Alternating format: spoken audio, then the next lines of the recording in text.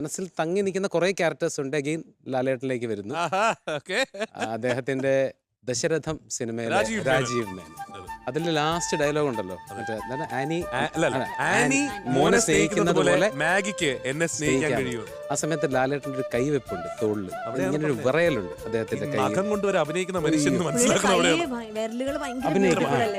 അതിങ്ങനെ വെച്ചിട്ട് ഈ ഒരു വിറയലുണ്ട് ഇങ്ങനെ കൈക്ക്, എന്നിട്ടൊരു കരച്ചില്. ആ സമയത്ത് എല്ലാരും കരഞ്ഞു. അങ്ങനത്തെ രീതിയിലാണ് അദ്ദേഹം അഭിനയിച്ചത്.